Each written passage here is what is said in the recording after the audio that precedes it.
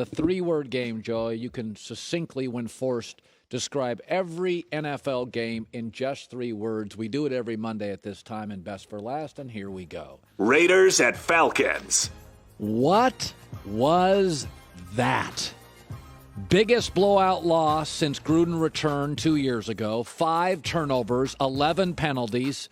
First game without a touchdown this year for the Raiders. Fell behind, a lot of 3rd and 8s. Just didn't look prepared. Bad on 3rd down, 3 of 12, 11 penalties. And Atlanta remains my Bermuda Triangle. I bet them they lose. I stay away, they win. Raiders meet Atlanta. Dolphins at Jets. Refuel this jet. Just fire everybody. Trade Darnold, fire Gase. What a mess. It was actually the first game this season that Sam Darnold had all of his receivers.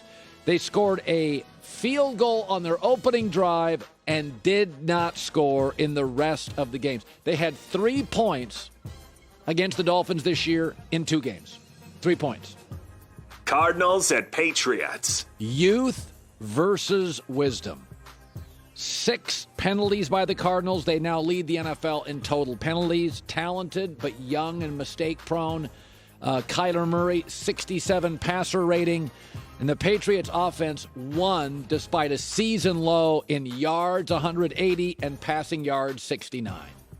Panthers at Vikings. Buy Panthers stock. I really like this team. I know they lost, but they have 6 losses by 1 possession under Matt Rule. They are rebuilding the defense, and this kid Jeremy Chin, rookie safety, 2 fumble recoveries, returned for a touchdown on consecutive plays. Again, they drafted well. You don't have to win games to impress me. I love what I see with Carolina. Not surprised. That's why Teddy Bridgewater would work. Moves the chains, coachable, doesn't make big mistakes. Really should have won that game yesterday. They missed a 54-yarder to win it. Browns at Jaguars.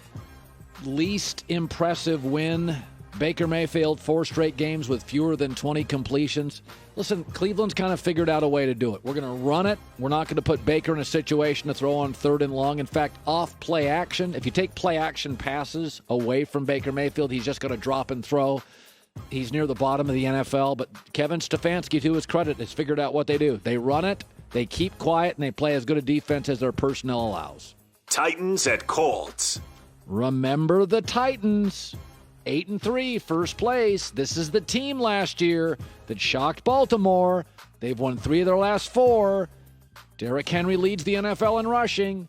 Ryan Tannehill, 8 straight games with a touchdown pass. So, you listen, they had a couple of stinkers. That game against the Bengals, pretend it didn't happen. But, boy, Indianapolis is physical, and they just punched them right in the forehead. Giants at Bengals. Won 3 straight. And during that streak, the Giants are +7 in turnover differential.